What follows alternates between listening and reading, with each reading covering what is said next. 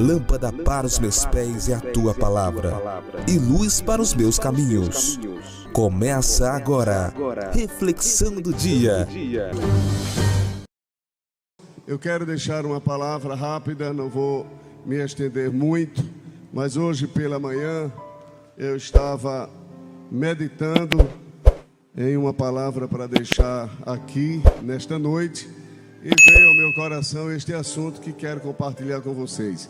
Agora peço a atenção de todos, meus irmãos, de criança a velhos, todos. Versículo 7: E disse o Senhor: Tenho visto atentamente a aflição do meu povo que está no Egito, e tenho ouvido o seu clamor por causa dos seus exatores, porque conheci as suas dores. Portanto, desci para livrá-lo da mão dos egípcios e para fazê-lo subir daquela terra a uma terra boa e larga, a uma terra que emana leite e mel, ao lugar do cananeu e do eteu e do amorreu e do ferezeu e do eveu e do jebuseu. E agora, eis que o clamor dos filhos de Israel chegou a mim, e também tenho visto a opressão com que os egípcios os oprimem. Amém, irmãos? Até aqui, para que a gente possa ter um tempo um pouco maior para a nossa reflexão. Se eu fosse dar um tema a essa palavra que deixaremos para a igreja, seria sinais que evidenciam o cumprimento da palavra de Deus. Dá para repetir? Diga comigo: sinais que evidenciam o cumprimento da palavra de Deus. Meus irmãos, Deus fez uma promessa a Abraão. A promessa que Deus fez a Abraão é que Israel seria levado ou estaria cativo em uma nação distante, e que a nação de Israel ficaria, falando de número inteiro ou cheio, ficaria 400 anos debaixo da opressão. E diz a palavra de Deus que através de José, Deus cumpriu essa promessa de que o povo seria escravo em outra nação. José foi adiante, na sequência foi Jacó e seus filhos. Aproximadamente 70 pessoas desceram para o Egito e se estabeleceram na terra de Gósen, como todos sabem. Eu estou fazendo um resumo para que os irmãos entendam onde a gente quer chegar. E diz a palavra de Deus que o povo esteve ali oprimido pelos egípcios durante 400 anos. Só que, por incrível que pareça, as promessas de Deus, o seu cumprimento, o cumprimento evidenciado por sinais que precedem o cumprimento da promessa. Se estão me entendendo, digam amém. Deus faz uma promessa, e quando vai chegando o tempo da promessa, começam a surgir sinais que evidenciam que o cumprimento do que Deus disse está chegando. Abra a Bíblia em Atos capítulo 7 e veja isto comigo. Veja isso comigo em Atos 7. A gente vai ler outros versículos também.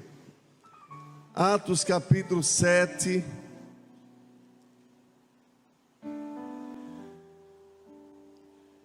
Por ocasião do martírio de Estevão, nós temos aqui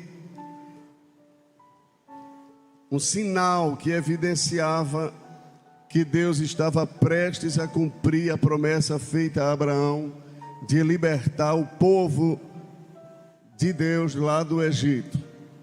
Versículo 17. Vamos ler outros versículos aqui.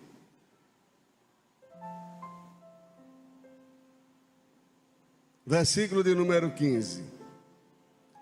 14. E José mandou chamar a Jacó, seu pai, e a toda a sua parentela, que era de 75 almas.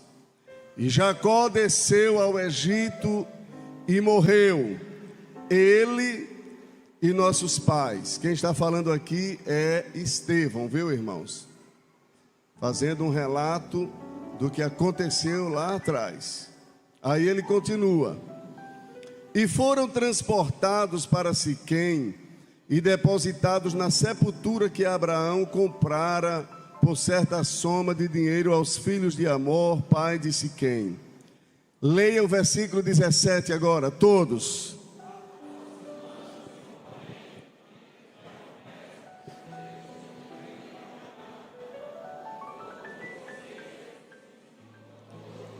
Novamente, vejam só, prestem bem atenção, eu vou ler. Aproximando-se, porém, o tempo da promessa que Deus tinha feito a Abraão, aproximando-se o tempo da promessa que Deus tinha feito a Abraão, aí vem agora um sinal de que o tempo estava chegando, aproximando-se o tempo da promessa que Deus fez a Abraão. O que foi que aconteceu? Leiam bem alto, o que foi que aconteceu, irmãos? Qual é o sinal aqui de que Deus estava prestes a cumprir o que havia falado? Qual é o sinal? O crescimento espantoso do povo de Israel lá no Egito. Existem alguns sinais, eu vou apenas citar 2. Sinais positivos, sinais negativos, que evidenciam que a promessa de Deus está prestes a se cumprir. 2 sinais, bons e ruins, positivos e negativos. Quando eu digo bons e ruins, porque um causa prazer, alegria, o outro traz sofrimento, mas os dois cooperam para o cumprimento da promessa de Deus. Quem está entendendo, diga amém. Sabe quais são os sinais que evidenciaram que o tempo da promessa de Deus se cumprir na vida de Israel já estava chegando? Foram 2. O primeiro, o povo de Israel lá no Egito, quando estava chegando o tempo de Deus tirar o povo de lá, houve um crescimento, irmãos. O povo começou a crescer, e a Bíblia diz que se tornou maior do que os egípcios. Foi um crescimento fora do comum, foi um crescimento que chamou a atenção do rei, e chamou a atenção dos egípcios. Vamos ver no capítulo 1 de Êxodo. Êxodo capítulo 1, me acompanhe por gentileza. Todos aqui comigo. Capítulo 1, versículo de número 6, por diante. Sendo, pois, José falecido, e todos os seus irmãos e toda aquela geração, todo aquele povo da época de José já havia passado, os filhos de Israel fizeram o quê? Vamos comigo, toda a igreja. O que foi que aconteceu? Os filhos de Israel. E o que mais? E o que mais? Os irmãos estão vendo o sinal aí? Os filhos de Israel frutificaram. Os filhos de Israel frutificaram, aumentaram muito, não é aumentaram. Não está dizendo, os filhos de Israel aumentaram, não. Porque se fosse aumentaram, é normal. Seria um crescimento que não chamava atenção. Mas aqui houve um crescimento que atraiu a atenção. Aumentaram o quê? Aumentaram muito. E multiplicaram-se. E veja mais. E foram fortalecidos o quê, irmãos? Grandemente. De maneira que a terra se encheu. Para onde ia tinha alguém dos hebreus. Por onde andava, você é hebreu. E isso aí foi chamando a atenção dos egípcios e principalmente do rei do Egito. Versículo 8. Depois levantou-se um novo rei sobre o Egito, que não conhecera a José, o qual disse ao seu povo, veja aqui a preocupação: eis que o povo dos filhos de Israel é muito, e mais poderoso do que nós. Irmãos, Deus fez Israel crescer. Estava chegando o tempo de Deus libertar Israel. Aí Deus fez Israel crescer. Israel cresceu. Versículo de número 10. Veja o projeto. Eia, usemos sabiamente para com ele, para que não se multiplique, e aconteça que, vindo a guerra, ele também se junte com os nossos inimigos e peleje contra nós e suba da terra. 11. E os egípcios, agora veio outro sinal, viu, irmão? Agora veio outro sinal. E os egípcios puseram sobre eles o quê? Maiorais de tributos. Para quê? Para os afligirem com carga, com suas cargas, e edificaram a Faraó cidades de tesouro, Pitom e Ramassés. Mas, vejam agora, mas, quanto mais afligiam, tanto mais se multiplicavam, e tanto mais cresciam, de maneira que se enfadavam por causa dos filhos. Olha aqui para mim, por favor. Olha aqui para mim. Irmãos, estava tudo bem lá no Egito. O povo crescendo, o povo se desenvolvendo, o povo se fortalecendo. Não era o tempo ainda da liberdade, da libertação. Mas quando foi chegando o tempo, aí o crescimento se tornou muito mais visível e mais real e maior. De maneira que Israel começou a crescer. Faraó deu uma olhada e ficou preocupado. Os egípcios olharam, ficaram preocupados. Traçaram um projeto. O crescimento foi o primeiro sinal. Segundo sinal, aperto, aflição, perseguição. Agora nós vamos tentar frear esse crescimento. Vamos fazer alguma coisa para frear, porque Israel pode crescer mais ainda e se unir aos nossos inimigos, pelejar contra nós e sair daqui. Então vamos agora colocar sobre eles cobrança de impostos elevados. Vamos colocar sobre eles maiorais de tributos. Vamos colocar sobre eles cargas. Eles vão trabalhar agora para valer. Vão construir cidades. E a Bíblia diz: tanto mais, ou quanto mais afligiam, era que Israel, o que, irmãos? Deixa eu dizer uma coisa aqui. Perseguição não faz a igreja diminuir. Entenderam o que eu disse? Vou dizer novamente. Perseguição. Satanás pode arregimentar o inferno todo e dizer: nós agora vamos acabar com a igreja. Não acaba, porque na perseguição é que ela cresce. Se você ler o capítulo 8 de Atos, você vai ver isso. Quando se levantou a primeira grande perseguição contra a igreja, foi quando mais a igreja cresceu. Porque a Bíblia diz que os que foram dispersos se espalharam para todo lado, e a igreja se tornou muito maior e muito mais atuante. Perseguição não destrói igreja. E se, observe o que eu vou dizer, se para a igreja crescer de forma mais veloz, mais rápida e também com mais qualidade, se precisar de perseguição, Deus causará tudo isso para que a sua obra vá adiante e ele alcance os projetos e os propósitos que ele tem para a sua igreja. Deus pode enviar a bênção do crescimento como sinal de que ele vai cumprir sua promessa, mas Deus pode enviar o sofrimento como sinal de que ele vai também libertar o seu povo. Capítulo 3, nós encontramos aqui Moisés apacentando. Capítulo 2, Moisés nasce. Eu não citei aqui, irmãos, eu não li aqui para vocês, mas eu vou só citar. Essa perseguição não resolveu, não acabou com a força da igreja. Aí o que é que Faraó faz? Olhe para mim, por favor, todos. Faraó disse: vamos mudar a estratégia agora. Ao invés de a gente ficar só maltratando eles, a gente agora vai colocar um plano.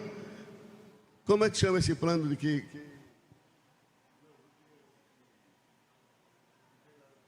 Esqueci agora. O plano que tem lá na China.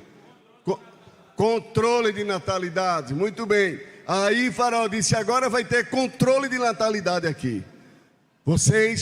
Ele chama as parteiras e diz assim: vocês vão cuidar do nascimento agora dos hebreus.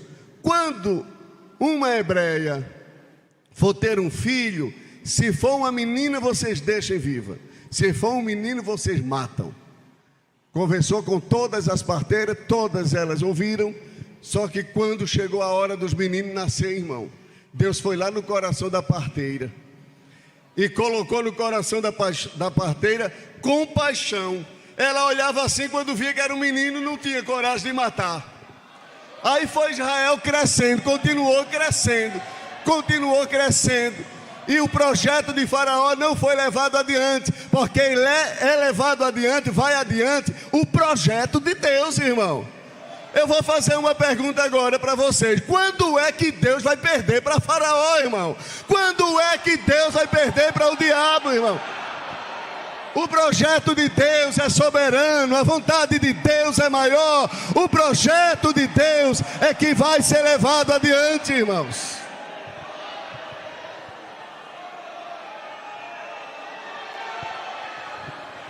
Faraó tinha ameaças para as parteiras e Deus tinha o domínio do coração delas. Quando elas olhavam que viam os meninos: vou matar esse menino nada, leva teu menino. E assim Israel foi crescendo. Faraó ficou louco quando viu que Israel estava crescendo cada vez mais. E no meio desses meninos,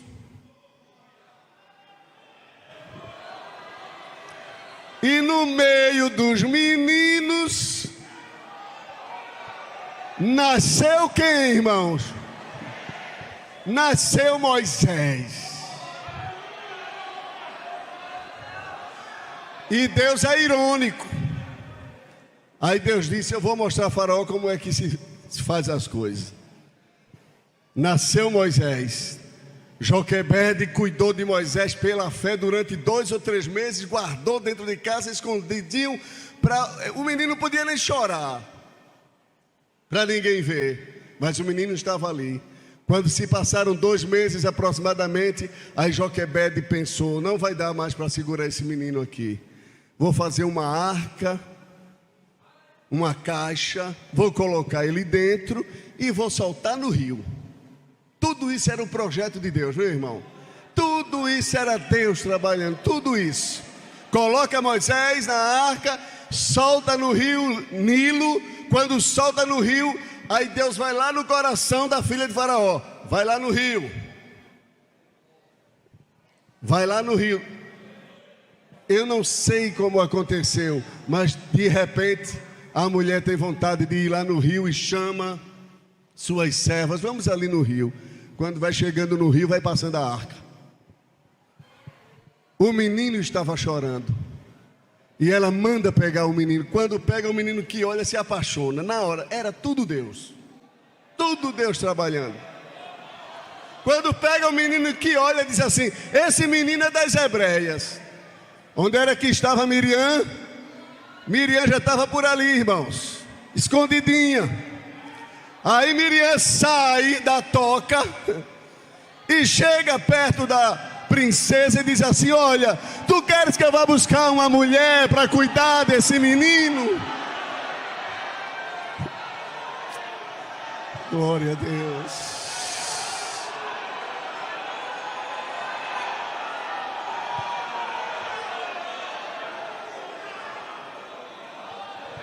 Eu quero que você responda agora. Eu quero que você diga: Deus está no controle.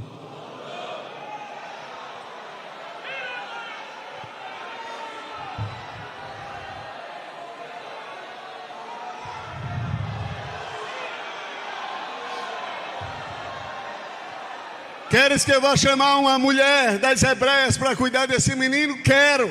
Vai lá. Miriam entra em casa: mamãe,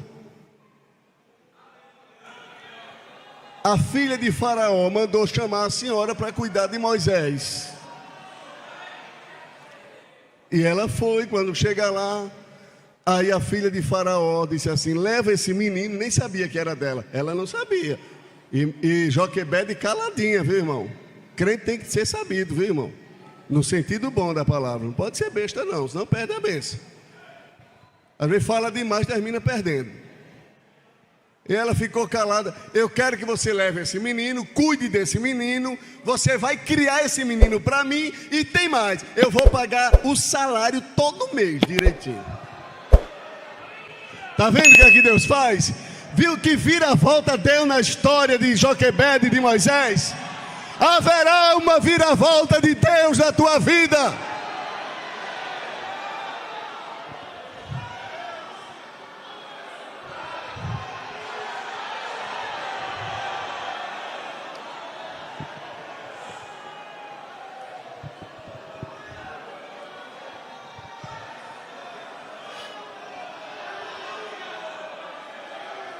E o menino cresceu. E houve toda aquela história.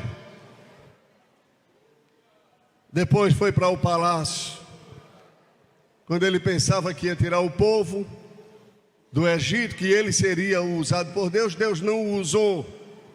Está escrito lá em Atos 7, no discurso, na mensagem de Estevão. Quando ele pensava que seria, Deus não tirou. Quando ele não pensava mais, aí Deus apareceu para ele nas terras de Midian, quando ele estava cuidando das ovelhas do seu sogro. Aí Deus apareceu e disse a ele: tenho visto atentamente a aflição do meu povo. Deus está acompanhando. Deus está acompanhando a tua história, a tua vida, teu sofrimento, tua aflição, tua angústia, tua dor. Eu não estou dizendo isso para agradar, não.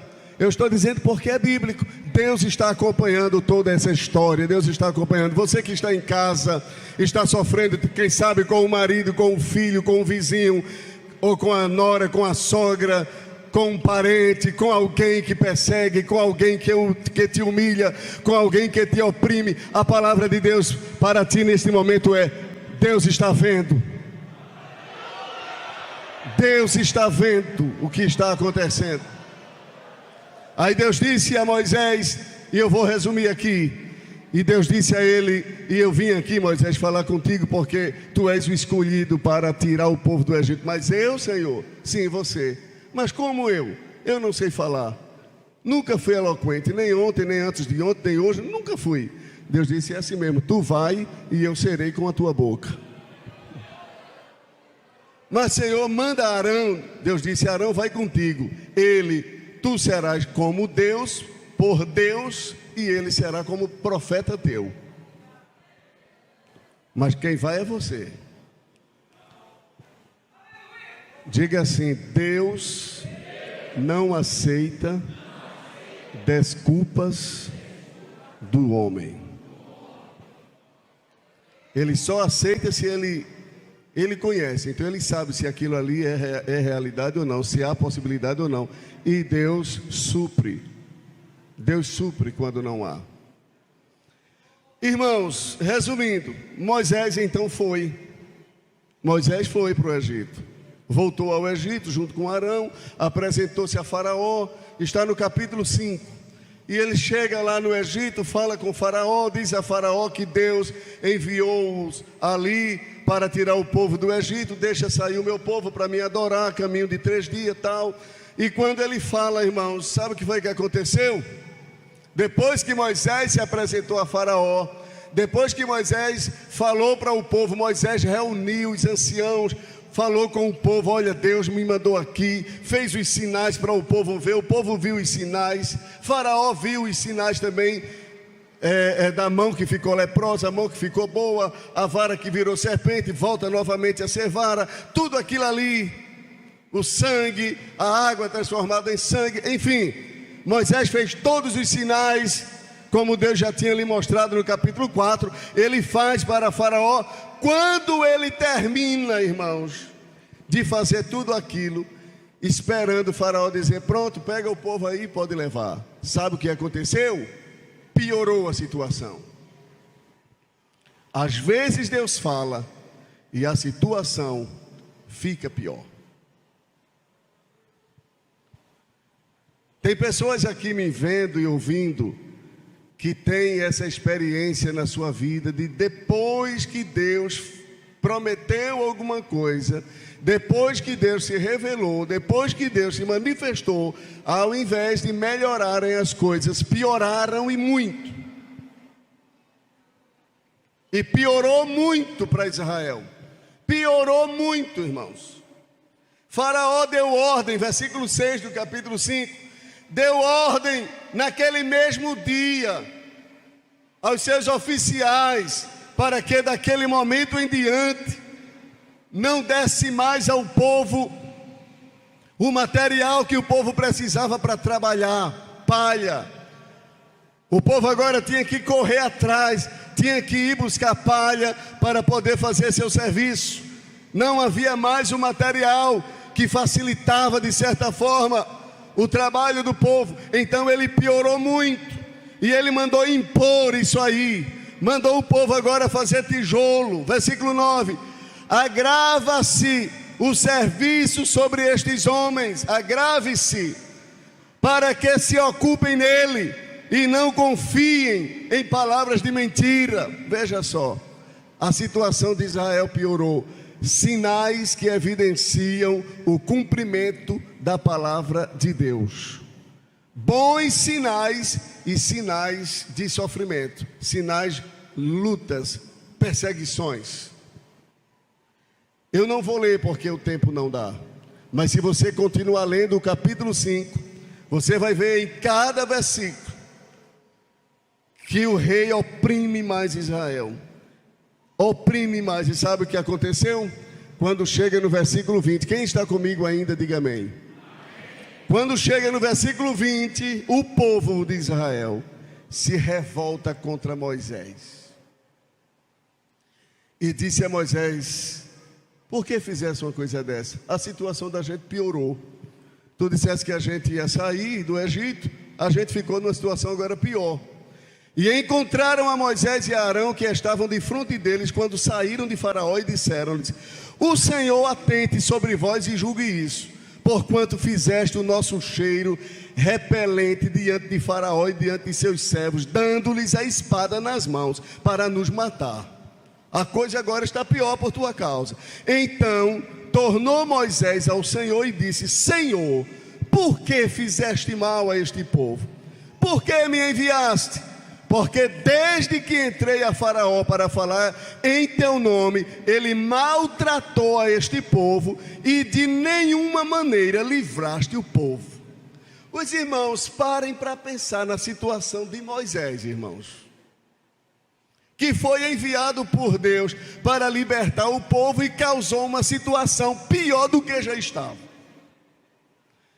E o povo oprime Moisés, e Moisés corre para Deus e diz, cadê, Senhor? Que não foi feito. Tu disseste que ia livrar e não teve livramento, coisa nenhuma. Aí agora é a vez de Deus. Agora é a vez de Deus. Então disse o Senhor a Moisés, agora verás o que hei de fazer a Faraó, porque por mão poderosa os deixará ir, sim, por mão poderosa os lançará de sua terra. Veja, eu apareci a Abraão, a Isaque e a Jacó como o Deus Todo-Poderoso. Eu me manifestei a eles, mas eu não me manifestei de forma plena. Eles apenas conheceram uma parte da minha grandeza. Mas pelo meu nome, o Senhor, não lhes fui perfeitamente conhecido. Irmãos, Deus estava dizendo: Abraão, Isaque e Jacó, permitam-me fazer essa ilustração, eles não viram 1% do que eu vou fazer daqui por diante. O que eles viram foi só uma parte. Eles me conheceram como Deus Todo-Poderoso, mas eu não me manifestei a eles como sou o Senhor. Eu não me manifestei, mas agora eu vou fazer isso. E também estabeleci o meu concerto com eles para dar-lhes a terra de Canaã, a terra de suas peregrinações, na qual foram peregrinas. E também tenho ouvido o gemido dos filhos de Israel, aos quais os egípcios escravizam. Eu vou terminar, viu, irmãos? Eu vou terminar, mas eu vou terminar aqui. Escravizam. Aí veja o que é que Deus diz: e me lembrei do meu concerto. Eu me lembrei do que eu disse a Abraão, a Isaque e a Jacó. Aí vejam, portanto, dize aos filhos de Israel: eu sou o Senhor. Vejam, e vos tirarei de debaixo das cargas dos egípcios, vos livrarei da sua servidão, e vos resgatarei com braço estendido e com juízos. O que, irmãos? Com juízos. E eu vos tomarei por meu povo e serei vosso Deus, e sabereis que eu sou o Senhor vosso Deus, que vos tiro de debaixo das cargas dos egípcios. Deus, quando está para cumprir suas promessas, duas coisas podem acontecer: ou as duas, ou uma delas: crescimento e sofrimento. A intensidade do sofrimento aumenta. É Deus. A Bíblia diz que quando a mulher está para ter a criança, as contrações aumentam, as dores aumentam, mas depois que o menino nasce, nem lembra mais do que passou. Diga amém por isso.